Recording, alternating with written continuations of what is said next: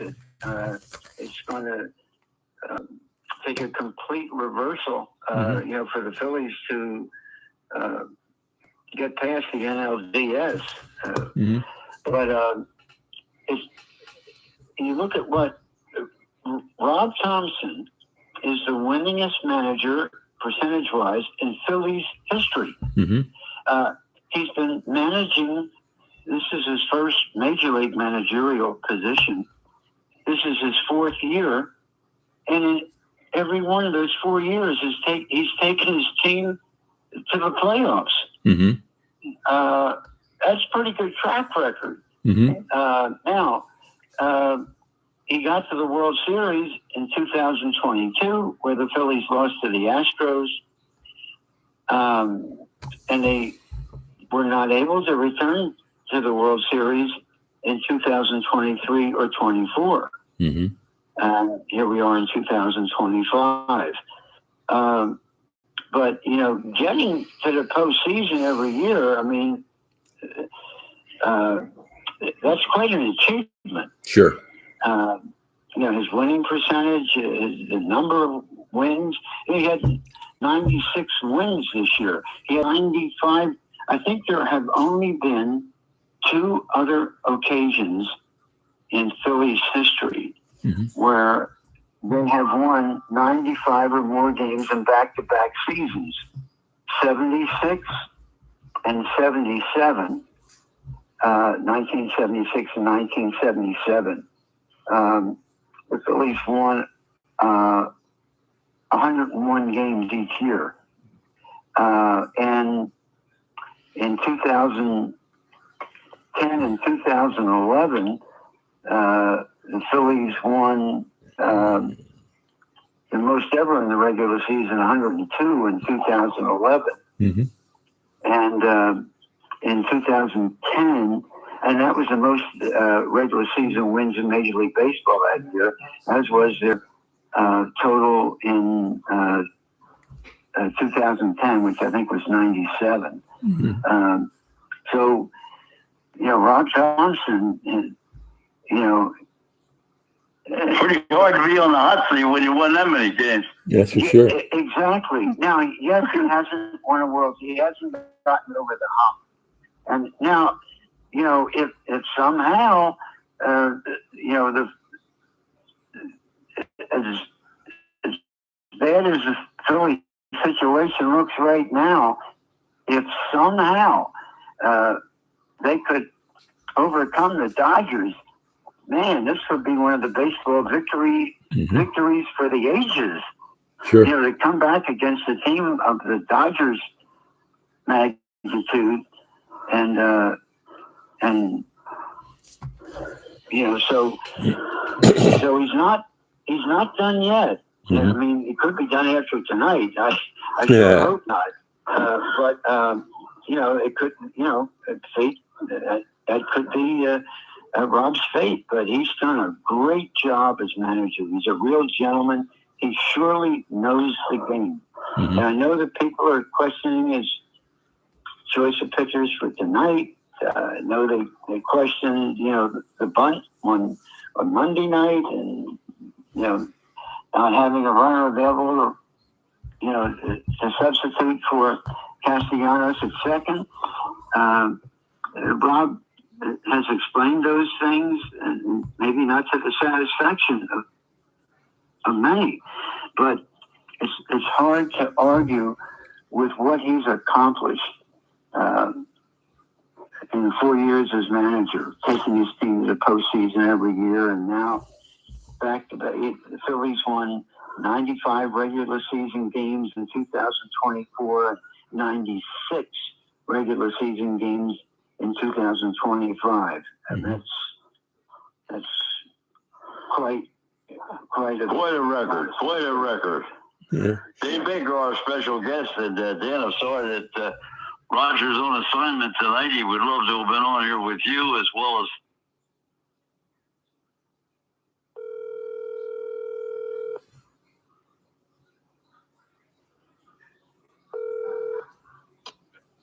What's up? Not much. How about you, Doug? What's going on, Frank? Frank? That much. I'm going to put you right live with everybody. Okay, sure. So so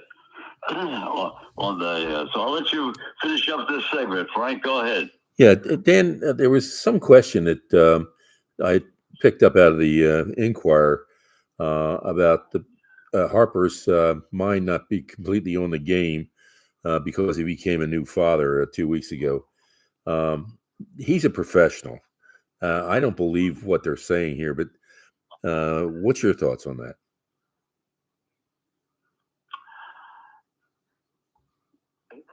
Just what you said, Frank. Mm-hmm. Bryce Harper is a professional, and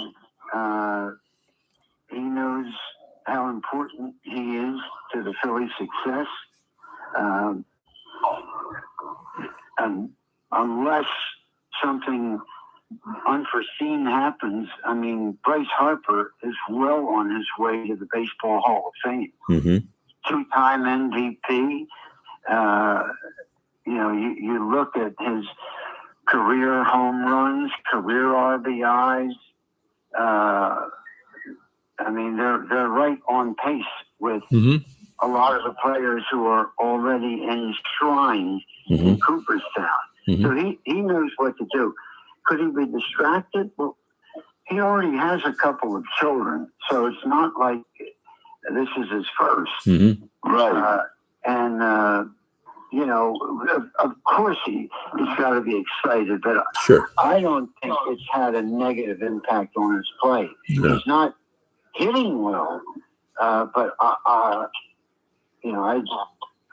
think that's just circumstances. I don't think that's as a result of Bryce and his wife welcoming a new child into the family.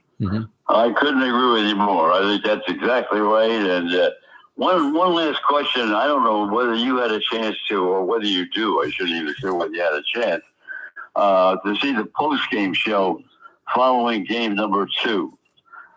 They were very, very outspoken about, they said, one of the dumbest moves that Dave ever made as a manager of the Los Angeles Dodgers.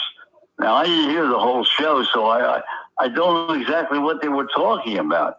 Do you know what they were saying was the dumbest move he had made in a long time as manager of the Dodgers?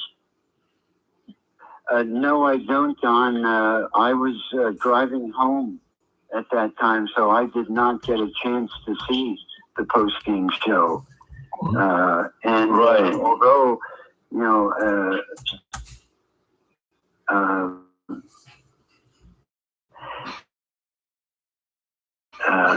the shows are replayed like the next day, and I saw a lot of, those replays. I didn't happen to see that particular discussion.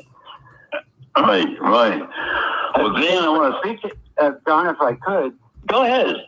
I mentioned that Rob Thompson is the percentage-wise the winningest manager in Phillies history for a manager that's managed for over like 300 games. But Dave Roberts has an even higher winning percentage than Rob Thompson. And, Aaron Boone is way up there, too. So, these guys, it may be true that they made a mistake. But and as Rob Thompson is being accused of, but both of those guys have made a lot of good decisions borne out by defending World Series. The Phillies, they're up against the gun yet. Well, we're all going to be sitting here in about 5 minutes or so the Yankees get started at 8:00 and the Phillies get going as well. So we're going to have a chance to see some great baseball tonight.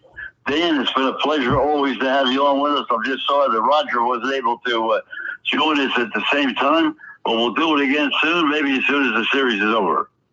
Well, Don Henderson and Frank Carroll, it's always a pleasure to visit with two old pros like yourself. Thank you, sir. He's getting it on us now, Frank. He's landed on us now. Yep. Dan, say hello to Kathy.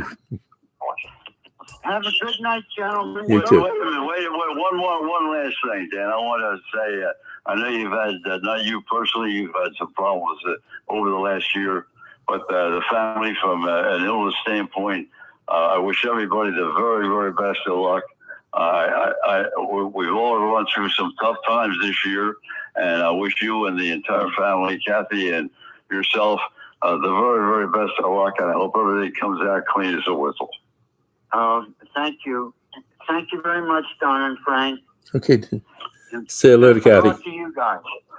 All right. All right. Our next guest, Doug Fernandez, is coming up now. And Doug, of course, a longtime columnist for the Tribune in Sarasota, Florida, and one of the great Red Sox fans of all time.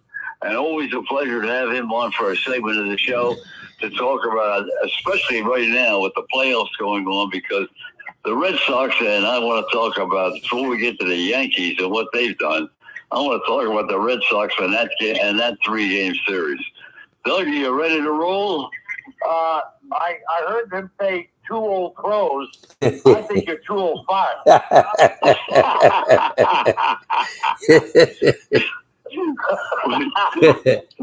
Well, I'm going to be 49. How old are you?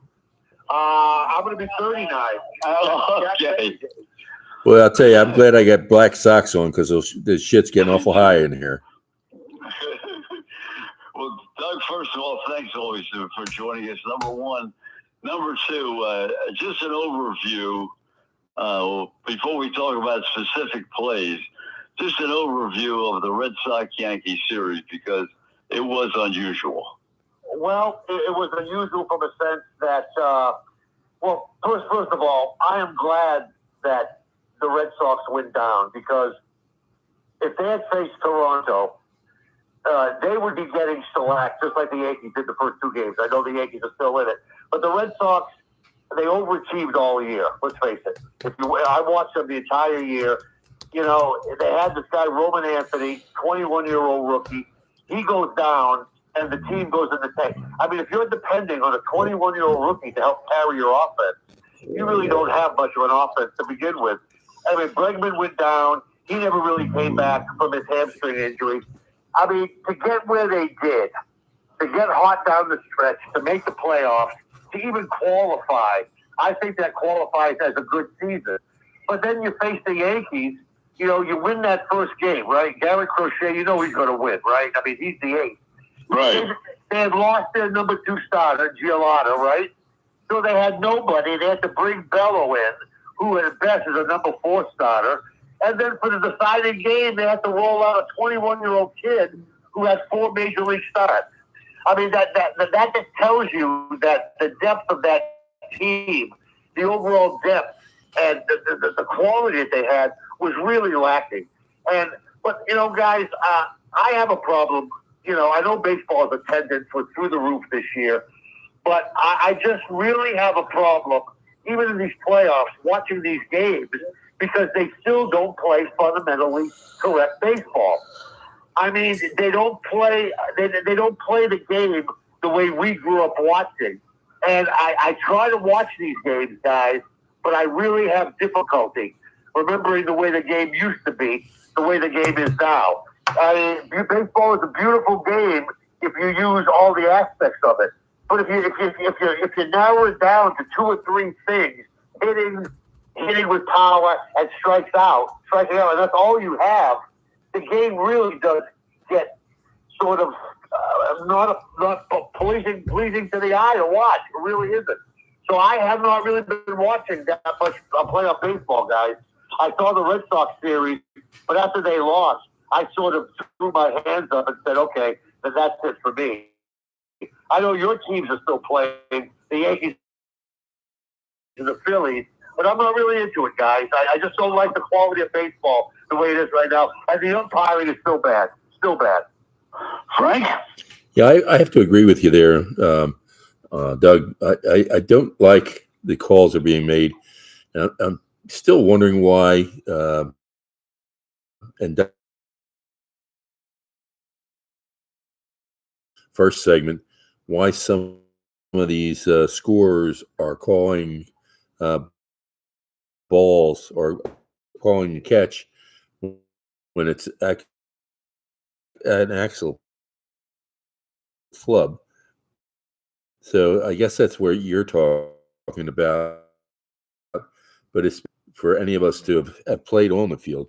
But mechanics that we learned as young ball players are on point. Guys are just, but it like the game the other night, where let the Yankees back in. That ball going into the crowd, and the guy trying to jump into the second seats to get the ball. That was stupid. Well, the thing is, what I don't like about baseball, I'm making kind of a blanket statement, is like they don't teach. They get to the major league level, and it looks like what should have been taught in the minor league levels has either been ignored or the guys haven't grasped it. I watched the Red Sox play. I watched the Red Sox play games this year where the pop flies were falling in among 3 or 4 guys that they had no business falling in. Right. I saw one play where a guy took off from first to third on a single. The play was in front of him. It was the left field. The guy tries to take third. He's run out by 30 feet. And I'm like, where is the intuition? Right. Where is the baseball savviness that we used to see from years ago? Right. We don't watch that. And it seems like Major League Baseball is happy. They like the way the game is now. They love the long ball. And we're going to have the automated strike ball system. So I think we're going to see an improvement along those lines. Listen, we all get the feeds on Facebook, at least I do, of all the calls that are missed constantly. And I think that's going to go away next year. I think one of the biggest problems, I think, is going to be rectified, and that is not doing their jobs in recent years. The umpiring has gone downhill also, I think. Doug Friend is our special guest this half hour, and we're talking baseball. Obviously, Doug from the Boston area originally, but has lived in Florida quite some number of years now. And well, before we go back to the Red Sox-Yankee series and talk a little more about that, we talked earlier in the show with Roy that they're now looking, and Frank brought it up as well. We spent a little time talking about the new situation where they want to have 100 acres for the new stadium in the Tampa area. And you've been there a long time in the Tampa St. Sarasota area. And Doug, what are your thoughts on what this new agreement would bring, a hotel, a new stadium, or whatever? You know, guys, we've all seen these plans before. I don't think Tampa is capable of negotiating a deal like this. I don't think the powers that be are capable of pulling off a deal like this. A few years ago, the stadium was going to be in Ybor City, right? And then they realized, well, the parking is terrible. Before that, they were going to have an open-air stadium by Al Lang Stadium. And they realized, well, there's not enough parking down there. I mean, they have talked about getting a new facility for several years now. They talked about building a facility right on the old facility right now. I just don't think this town has the wherewithal to get it built. And I'm not familiar with the plan, but is this taxpayer money that's going to be used, or this will be privately financed? Because after the Tampa public paid for Tampa Stadium, they basically paid for everything. The Glazer family didn't pay anything. The environment for fans paying for stuff is not there anymore. So I don't know much about this proposal. Will this involve taxpayer dollars to pay for this, or this private funding? Basically, what it is the city and the county come together and split the cost. Now, the biggest part of that will come out of tourist tax, bed tax. They'll put another maybe cent or a half cent tax on food and stuff like that. That's where that comes back at. But one of the major stumbling blocks in Pinellas County was the fact that Chris Latvala sat down and couldn't come up with a reason to spend $650 million of taxpayer money when they weren't even getting Steinberg wouldn't give them a long-term contract to tell them he was going to stay there. He had said, if we don't do this, we don't do that, I'm going to move the team. Well, if you go back, let's say 5 years ago, when they first started talking about the new stadium, Sternberg shot his mouth off and said, well, he would pay for half of it. He never got more than $25 million out of a $900 million project. Now, as we go forward, if you take that $900 million before and you bring it up to today's scale, and you were talking about another 3 years before they could be done, we're looking at about $1.6 billion. That's a hell of a lot of money to come out. The new owners haven't said a word about that. They're committed to Tampa Bay, and they want 100 acres so that they can have a hotel close by, so that they could have social clubs, bars, eateries, nice fine eateries, all around there. If they look at that Hillsborough Community College site, which would be about maybe 100, 150 acres, it's right there on Dale Mabry. And there's a big parking lot across the street that they use for the Bucks and the USF games. There is a lot of amenities around there. However, we're still talking about who's going to pay for it, and it's all going to come down. You hit the nail right on the head.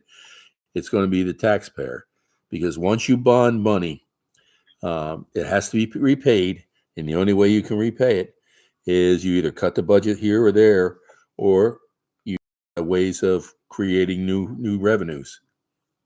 Well, that's the increase in the tourist tax. That's what helped fund the Tampa Stadium, the Raymond James Stadium, the old Tampa Stadium. Right.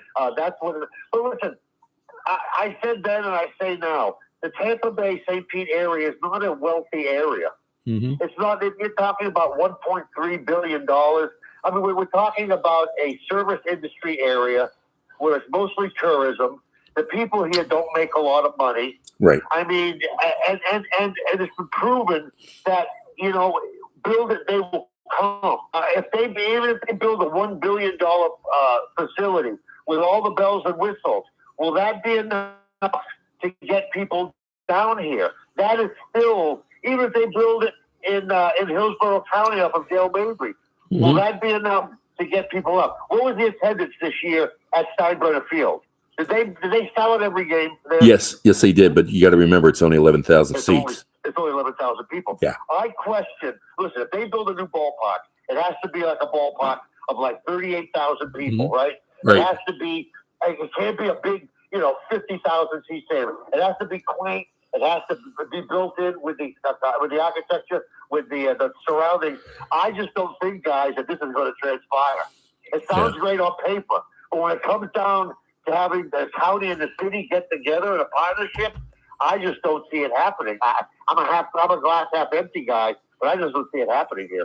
Well, Doug Fernandez, our guest this half hour, and we're talking obviously about what's happening not only in Tampa with the Rays and the possibility of staying and building, and the latest information that Frank has just given us that we talked about with Roy Cummings as well. And I think he disagrees with you a little bit. Roy does, in the sense that he thinks it will fly. He doesn't think it will fly if they go out by the fairgrounds, but he does think it'll fly if they go elsewhere. So your thought on that, Doug? Well, I mean, location.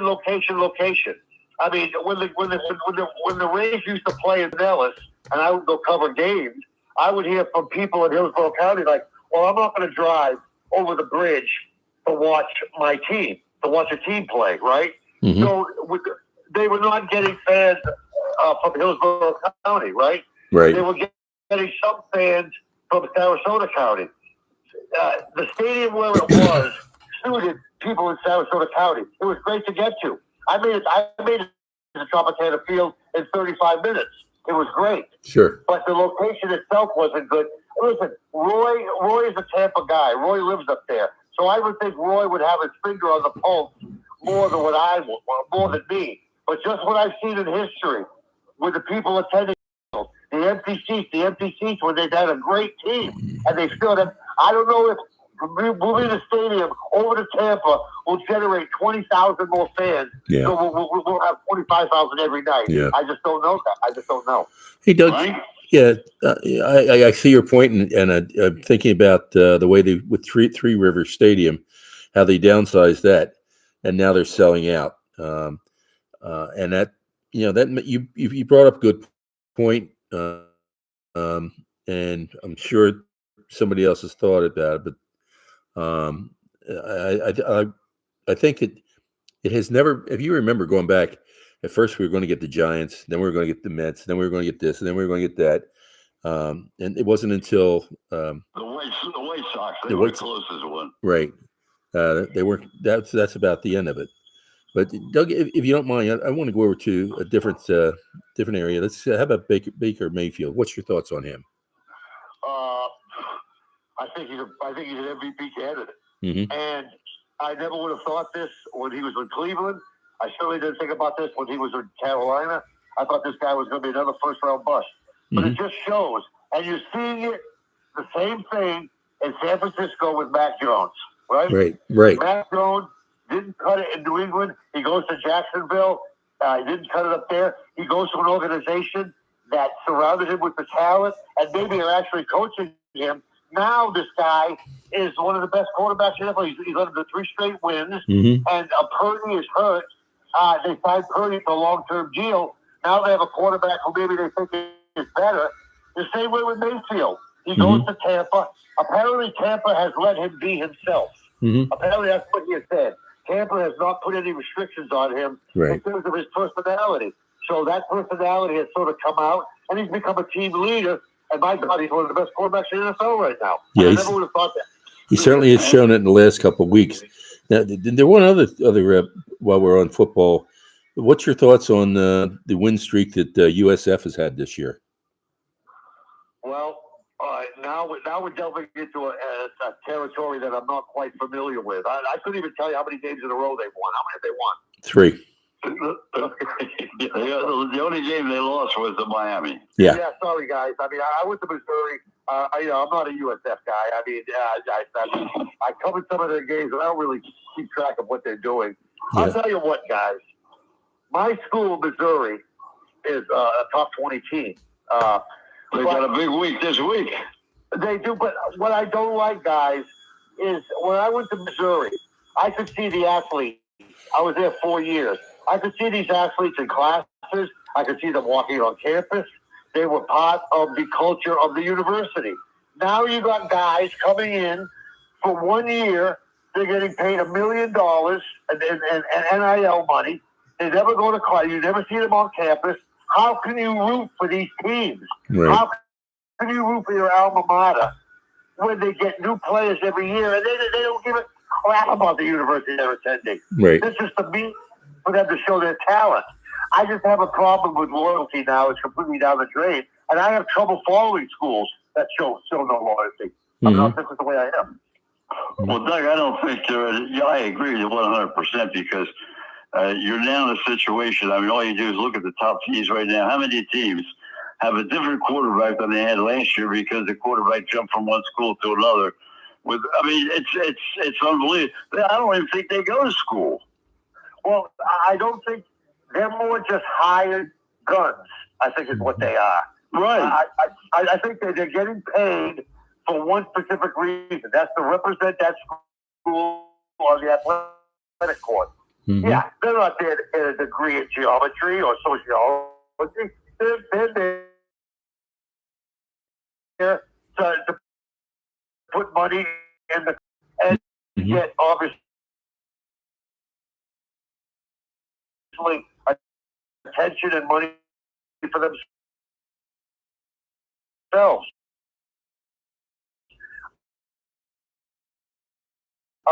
Yeah, you're right. I don't know how you just develop a connection.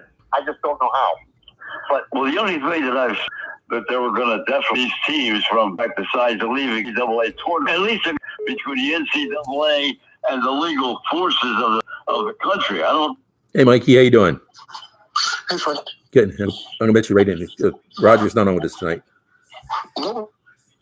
About their draft position, I don't get it. You played an entire season without getting hurt. Now you're worried about one bowl game damaging your chances of going into the pro ranks.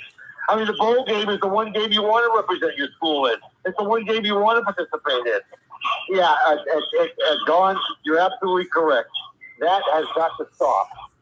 But you know what's happening down here in high school down here in Florida? Venice High School starts the season with 2 quarterbacks. Mm-hmm. 2 they developed.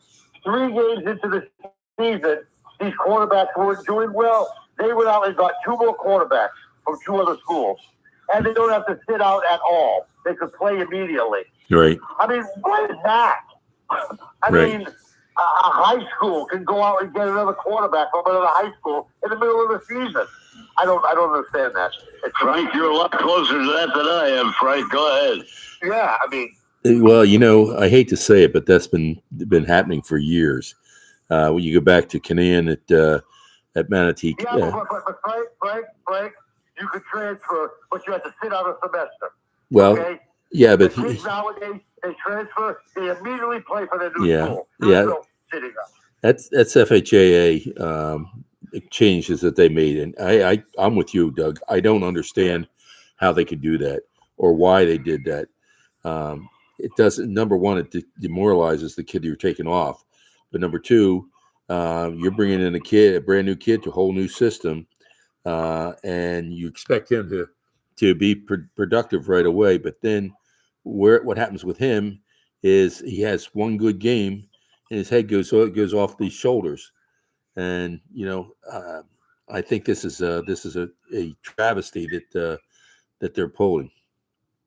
Well, it's like in Venice. They have a guy who's a senior. He's been with the program all 3 years.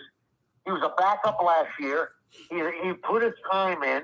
He expects to be the starter, and after 2 or 3 games, he's pushed aside, and then they bring in some guy from across the state to take his place. Yeah. And you're right. You're right, Frank.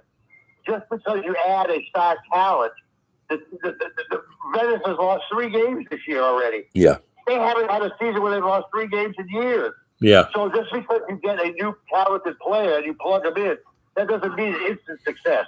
Far from it. Let me just interrupt for a second to say the Cubs are alive. They won the game 4-3. Milwaukee had a shot at the top of the 9th inning to tie the game up. Didn't get it done. 4-8-0 as opposed to 3-7-0. So the Cubs and Brewers will play another game. We got the Yankees coming up later tonight. The Phillies and Dodgers also coming up later tonight. Detroit kept alive this afternoon. And Doug Fernandez, our special guest this half hour. And Doug, as we talk about going back to baseball here for just a second, one of the observations you made in the first 15 minutes, I couldn't agree with you more. I don't understand. I understand why the Dodgers win.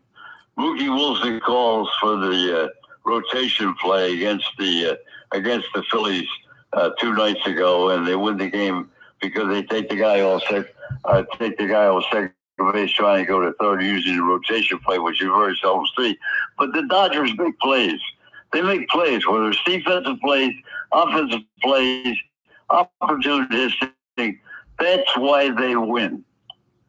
They win because when they got the guys on first and second, they get them over. When they have to make a throw to the plate or get a guy out, they make the throw. You watch most teams right now when they play plays that we saw guys make 20 years ago with their eyes closed. Getting the ball on a hop, throwing the ball on one hop to the plate, right to the catcher. You see these guys throw the ball from the outfield. They don't know where the heck it's going. They have no idea. You have guys who have no intuition on the base path. You have pitchers who all they do is maximum effort, right? That's all it is nowadays. You throw the ball as hard as you can for 5 innings, and then they bring in the next guy to throw as hard as he can for 1 inning. And I can't stand that. You don't see pitching anymore. All you do is see hard throwers. You don't see guys changing speeds or hitting spots anymore. And the game, they're trying to change the game for this coming generation. You know, with the designated runner on second. They don't want the games to go on 3.5 hours. Well, I didn't mind that at a baseball game. I knew I might be there for 3 hours. I had no problem with that.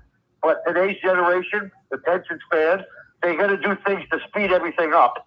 And I think it's been to the detriment of the game itself. Hey, Don, we're joined by Mike. He might want to put something into this also. No, I'm just going to enjoy listening to y'all. Okay, but yeah, you're right, Doug. When you look at going up to college level, what really gets my crawl is that a guy can move from one school to the next, making money each and every time. And well, let's look at the Tar Heels. He went out, and there was a good cohesive team there. Belichick goes out and brings in these high prices. They walk in and they think that they're things. So now he's got a problem in the locker room he's never had before, and he's unable to handle this thing. I don't think that the university is going to allow him to stay any longer than this first year, possibly next year. I don't think he'll get next year. What's your thoughts? Bill Belichick, in my mind, his luster has really gone down. Mm-hmm. I mean, when you hear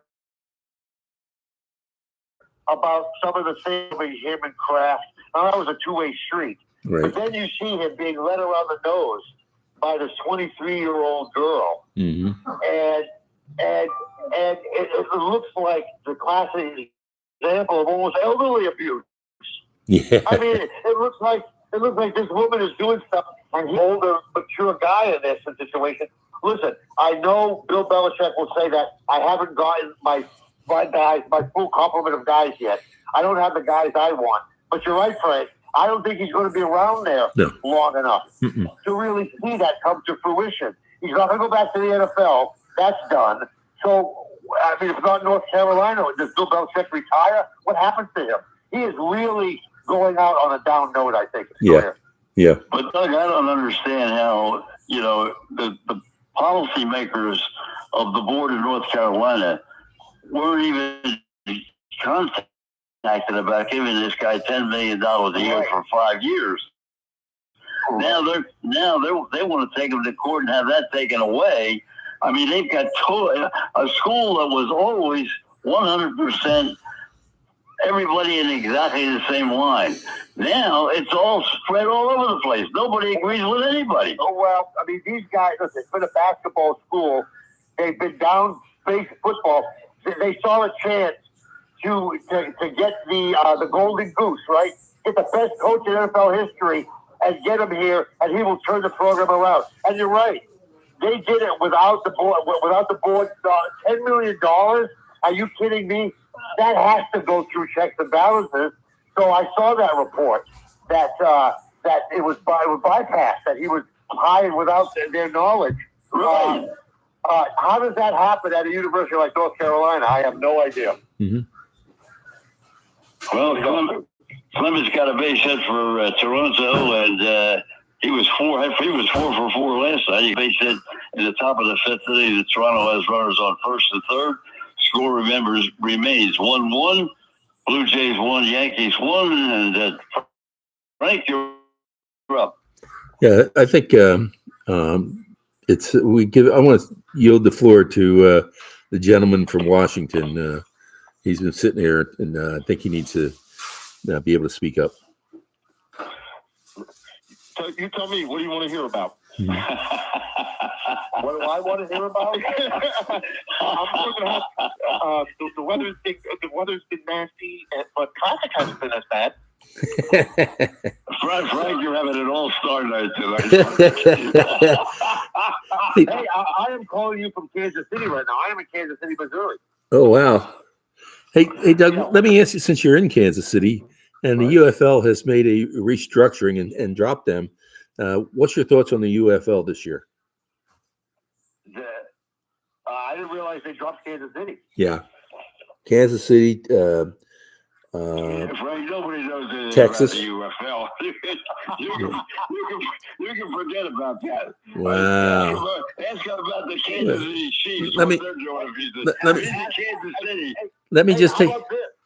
How how long does Deion Sanders stay at How long does Deion Sanders stay on the job? Not long. I mean, No. no. Yeah, he's got this year. if he makes it this year, because remember he's got health issues, major health issues. He does. Yeah, and I'm not really sure that he's going to be able to continue. Not just because the alumni doesn't want him there, which they're really upset with him, but the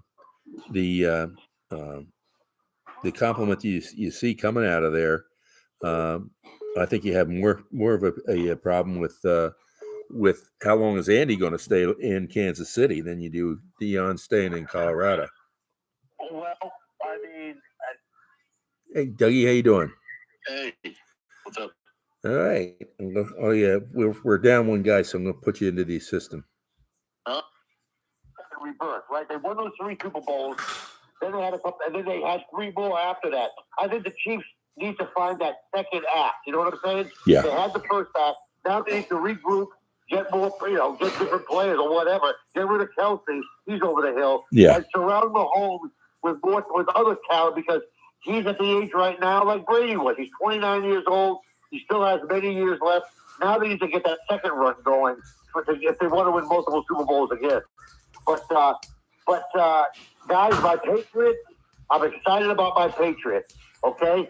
But that's what we were talking about earlier, guys. I know I'm jumping over the place. The thing with Belichick and Deion Sanders, these guys played in the NFL. They coached in the NFL. They were at the highest level. Now they go down to the college level where they're getting guys who really need to be coached. These guys are not pro ready, and I question whether their teaching is really working. Whether they really have the teaching acumen to teach at the college level. Right. You know what I'm saying? It's a big jump from the college to the pros. When you get a guy in the pro, he's kind of already somewhat developed. And high to college, you don't have that. I wonder if these guys are capable of doing that. I'm just questioning. You made I know that well, Bill never coached at college, and I'm surprised that he would go there, but I think that was the only opportunity for him to get back at football. Deion was coaching at Jackson State before he went to Colorado, and he did a decent job there. I mean, now whether it was because he was that much better at recruiting than anything else, he was able to turn that program into a legitimate program. I think that he has the ability to coach. I think the health issues are a big problem for him, and I also think that he bit up off a bit more than he could chew when it comes to trying to recruit guys to Colorado. But I disagree. I think they're fine with it because, this is a program that has largely been irrelevant since Eric Bieniemy was running back against Notre Dame in the 90s. So, anything he does there brings more attention to them than they've had in 30 years. Mm-hmm. Right. But I think the bottom line is when you bring in a guy like Deion Sanders, you expect eventually the wins to follow. That's the reason you're hiring the guy, is to generate wins. So I question, you mentioned the health, and I agree with that. Would Deion just be likely to step away because of health reasons? If the record isn't there, he could use that as a reason to back away because he has health issues.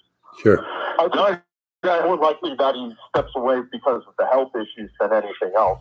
I can't see them after this, even after a poor season like this, firing him.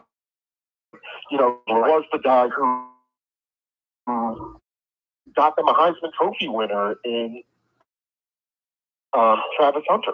He put that program back in a bowl game. But he's doing something now that he hasn't had to do, and he has to go out and get recruits that aren't following him because he coached them already. And I think that's been a little bit more of a problem than he realized. At that level, I mean, the Deion Sanders name, it carries weight, but like you said, the program athletes want to go there. Because they have to be good. The Deion Sanders name will only do so much, but Yeah, you're right. Now, what health problems doesn't Randy Moss have cancer also? I know we're off the subject here. Doesn't he have health issues also? I'm not sure about that one. Yeah. I heard that he had said that he was either recovering from or being treated for some form of cancer. For cancer. Right, exactly. Well, let's hold it right here for a second. Doug, first of all, thank you very much for spending. Really appreciate it. Always a pleasure, and we'll chat when down the road when we have an opportunity and I get down here to Sarasota. I'm looking forward to it. Looking forward to it, guys. Thanks a lot for Hey, Doug, he's just looking for a free lunch. Thank you very much. Okay, now we can say who's on the air with us. Mike Simzak. You wouldn't have recognized his voice necessarily, but this is Mike Simzak, and he's down in the Baltimore, Washington area. And the big thing to know, first of all, about the Baltimore, Washington area, the quarterback didn't play last week. The quarterback played relatively well. Some of your assessments of where they stand right now and how we do with the Commanders. Yeah, Jaden Daniels made a huge difference. The defense, which had an absolute horror show against the Falcons the week before, played much better. It helped that Omari and Hampton, the running back, went out, and that kind of left them at the Chargers reeling.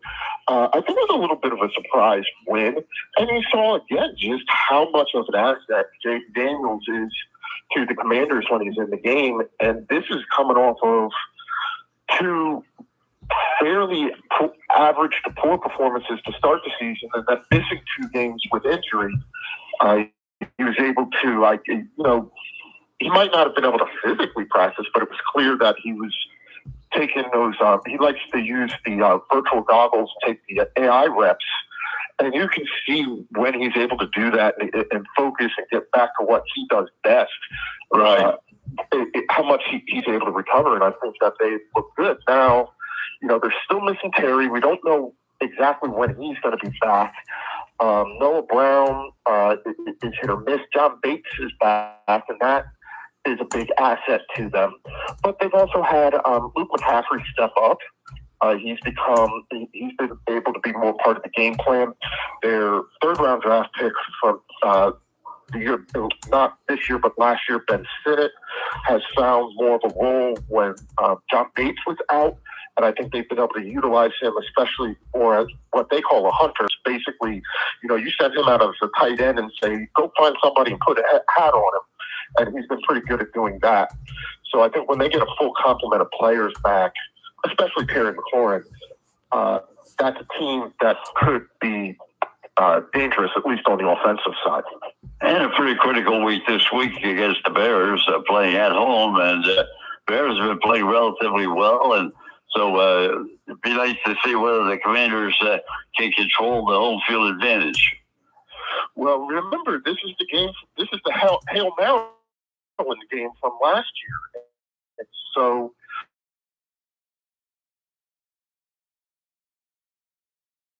we know what a measure of revenge after losing that game the way they did, in the heartbreaking way that they did last year. Right. So I think 4.5 points to spread, Mike. Yeah. And I mean, to be expected. The Commanders are a team that was in the NFC Championship last year. People rate Jaden Daniels much higher than they do Caleb Williams.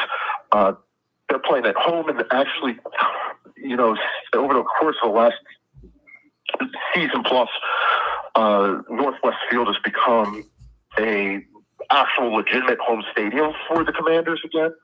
So it doesn't surprise me, but I do think that this is going to be a tough and competitive game for the Commanders. The Bears are not going to go out with a whimper. Frank? Doug has also joined us, and he may want to get on this thing. But Mike, wait a minute. Hold on a minute. Hold on a minute. First of all, you can't just say Doug, because nobody, unless they listen all the time. Doug Hamilton, our PGA professional, who joins us week in and week out. We talk golf a lot, but not only is he a PGA professional, but he's a master professional. And he's in the Baltimore area and follows the Orioles very, very closely, as well as the Ravens. So now we've got Mike Zimzak, who also covers Washington, the Commanders. They got a big hockey game going on tonight, too. We never got a chance to get to that yet.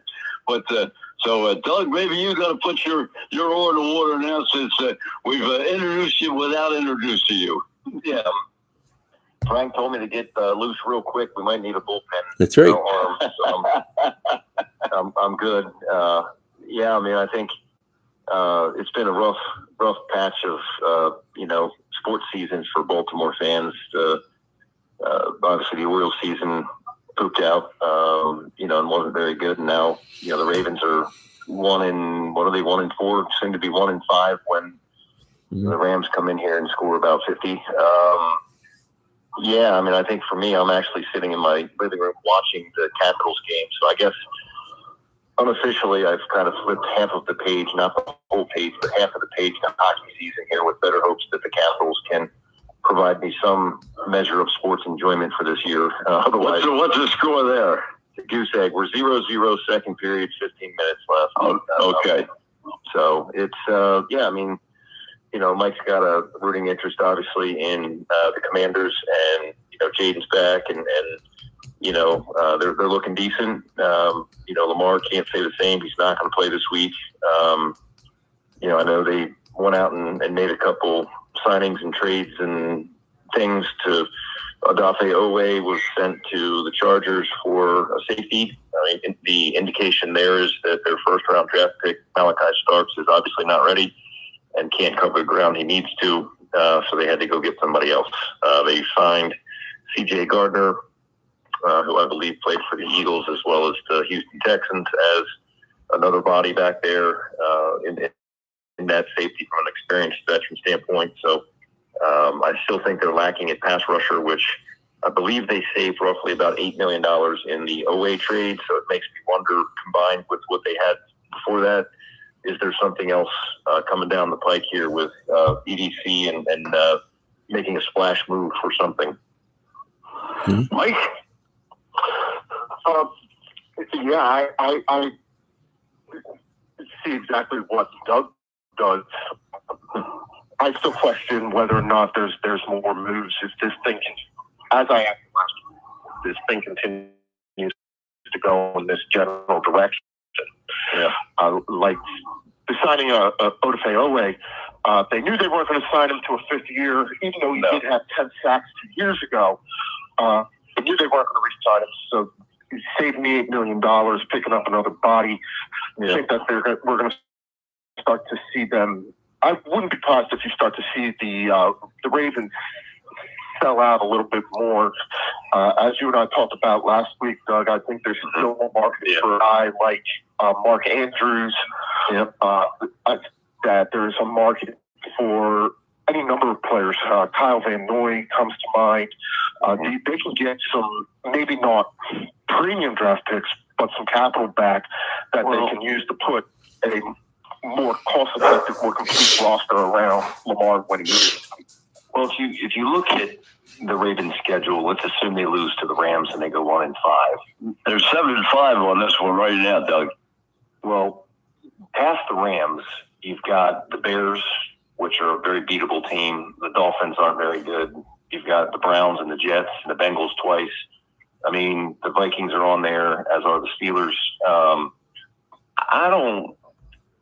I kind of hedge my bets. I think I tend to agree with Mike to some degree with regard to saving dollar bills on current salaries and, guys that they're likely to not re-sign in the offseason anyway, to get a little bit younger maybe, / more cap money. I don't know. But I don't think it's inconceivable to think that the Ravens can go 1-5 and still make the playoffs. In fact, I think the latest odds had them slightly behind the Pittsburgh Steelers for the AFC North championship.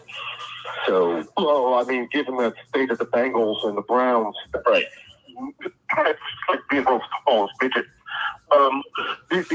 My thing, Doug, is what Ravens team are we going to see moving forward? Because it's not just Lamar, right? It's Ronnie Staley, it's the Kyle Hampton. Sure.